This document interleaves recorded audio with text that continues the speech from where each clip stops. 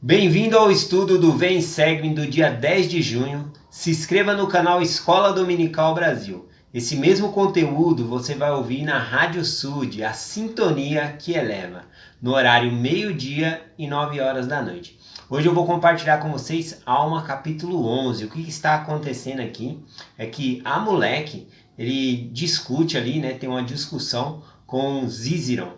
Ziziron é um advogado sutil, né, que tenta armar uma armadilha ali para pegar a moleque em suas palavras, fazer ele cometer alguma contradição. Quem vai me ajudar hoje vai ser o Genderson, do canal Primária Brasil. Aproveita, se inscreva também no canal Primária Brasil, tá bom? Confira o conteúdo dele, que também é do Vem Segue.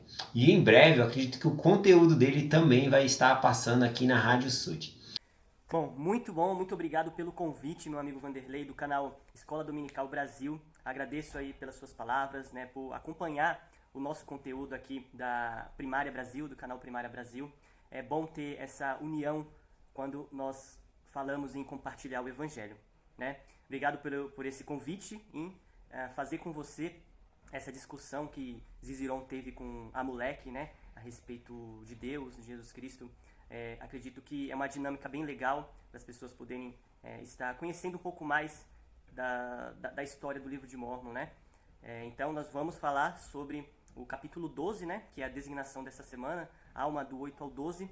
E, bom, vamos começar. Bom, eu vou começar aqui nas perguntas que Ziziron faz a Amaleque no capítulo 11.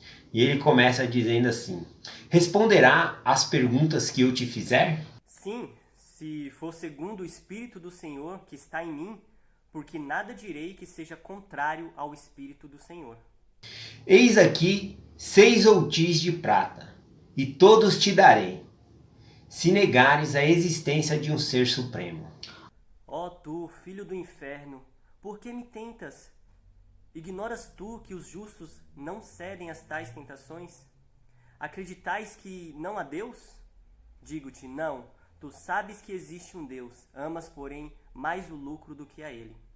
E agora mentistes a mim perante Deus, disseste-me, eis que te darei 6 untis, que são de grande valor, quando em teu coração tinhas o intento de ficar com eles. E o teu único desejo era que eu negasse ao Deus vivo e verdadeiro, a fim de que tivesse motivo para destruir-me. E agora, eis que por esse grande mal terás tua recompensa. Dizes que existe um Deus vivo e verdadeiro? Sim, existe um Deus vivo e verdadeiro. Existe mais de um Deus? Não, Como sabe essas coisas? um anjo mas deu a conhecer. Quem é aquele que virá? É o Filho de Deus? Sim, Salvará a ele seu povo em seus pecados?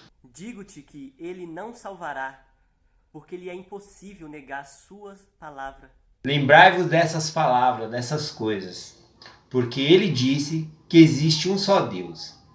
Não obstante, declarou que o Filho de Deus virá e não salvará o seu povo, como se ele tivesse autoridade para mandar em Deus. Eis que mentiste, pois disseste que eu falei como se tivesse autoridade para mandar em Deus, porque disse que ele não salvará seu povo em seus pecados.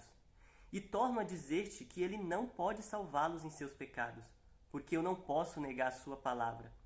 E ele disse que nada impuro pode herdar o reino do céu. Portanto, como podeis ser salvos a menos que herdeis o reino do céu? Portanto, não podeis ser salvos em vossos pecados. É o Filho de Deus, o próprio Pai eterno?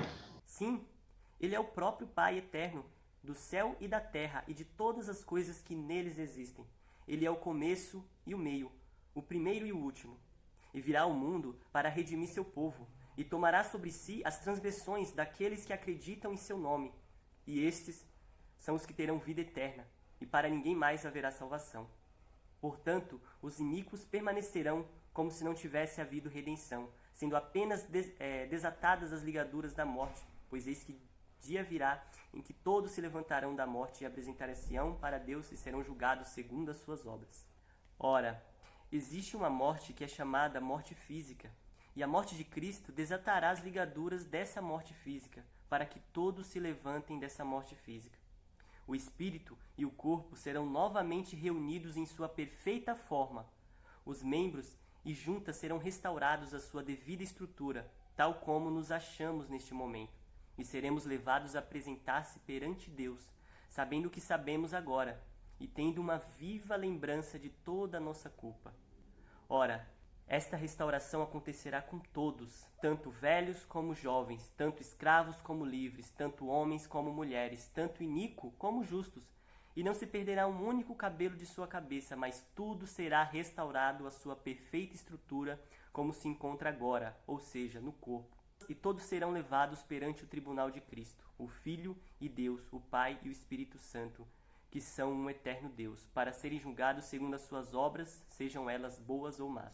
Ora, eis que vos falei sobre a morte do corpo mortal e também sobre a ressurreição do corpo mortal. Digo-vos que este corpo mortal será levantado num corpo imortal, isto é, passará da morte, da primeira morte à vida, para não mais morrer, e o espírito unir-se-á a seu corpo, para não mais serem divididos, o todo tornando-se assim espiritual e imortal, de modo que já não possa experimentar corrupção. Então, depois de Amulek ensinar essas palavras a Ziziron e responder todas as suas perguntas, ele vai e se senta. E então Alma ele se levanta e começa a pregar ao povo. E Ziziron ele faz uma pergunta para Alma também, que está aqui no capítulo 12, versículo 8, que diz assim: Zizeron começou a inquiri-lo cuidadosamente, a fim de saber mais a respeito do reino de Deus. E disse à Alma: o que significa o que Amulek disse com referência à ressurreição dos mortos? Que todos se levantarão dentre os mortos, tanto os justos como os injustos, serão levantados perante Deus, para serem julgados segundo suas obras. Então agora, Genderson, eu pergunto a você, qual é a diferença da pergunta que Zizeron ele fazia para Amulek e qual é a diferença da pergunta que Zizeron ele fez para Alma? Tá bom? O que você acha? Boa pergunta, meu amigo Vanderlei. Isso é uma ótima pergunta, porque a gente consegue perceber, ao estudar essa escritura, essa designação, que Zizeron, ele, num primeiro momento, ele está cheio de confiança, né, de si mesmo, das suas convicções, né, das suas ideias, da sua ideologia. Ele está cheio daquela confiança e ele tenta confundir Amulek, né, na sua própria fé. Né, e começa a disparar perguntas com o intento, né, com a intenção de fazer com que as pessoas ali que estão à volta, né, observando essa discussão, as pessoas possa parecer que ele está falando a verdade, né? E a Amulek está falando a mentira, a Amulek não sabe o que está falando, né? É um louco. Então ele tenta, fazendo essas questões, né, questionando a Amulek, ele tenta mostrar ao povo que a Amulek não ia conseguir responder aquelas questões de forma concisa, né? E assim as pessoas darem ouvido a ele, né? E não as palavras que a Amulek estava falando. Porém, depois, né, que a Amulek responde todas aquelas perguntas que ele faz, aqueles questionamentos, ele fica meio com medo, né? Ele consegue perceber o quanto a Amulek tem propriedade naquilo que está falando, né? Tem convicção, a fé dele não é abalada, né? Ele tem toda uma estrutura para poder falar sobre aquilo, porque ele conhece, acaba começando a acreditar naquelas palavras que a Amulek está dizendo, né? Então, no capítulo 11, ele pergunta com o propósito de confundi-lo, né? Com armadilha, por exemplo, na hora que ele falou: acreditas que não há Deus? E ele fala: digo-te, não, tu sabes que existe um Deus, amas porém mais o lucro do que a ele. Então, Amulek, ele conhece um pouco do que Zizeron está sentindo, né? Ele sabe que Zizeron conhece a Deus, sabe que Deus existe, né? E por que ele está fazendo aquelas perguntas? Então, ele conclui que, para ele estar fazendo aquelas perguntas, ele ama mais as coisas materiais, né? Do que o próprio Deus, para estar negando Deus naquele momento, né? Tá duvidando da sua existência e está questionando a Amulek, né, em sua pregação.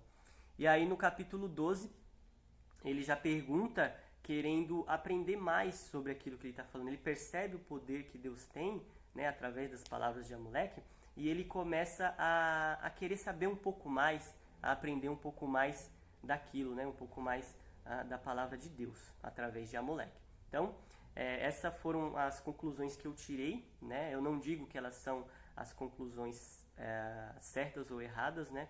Mas eu acredito que seja isso que aquelas escrituras que a gente consegue observar daquelas escrituras. Então, gostei muito dessa experiência, espero que o pessoal goste, né, dessa experiência também. E eu encerro essa dinâmica que a gente fez, né, esses pensamentos, essas escrituras, em nome de Jesus Cristo. Amém.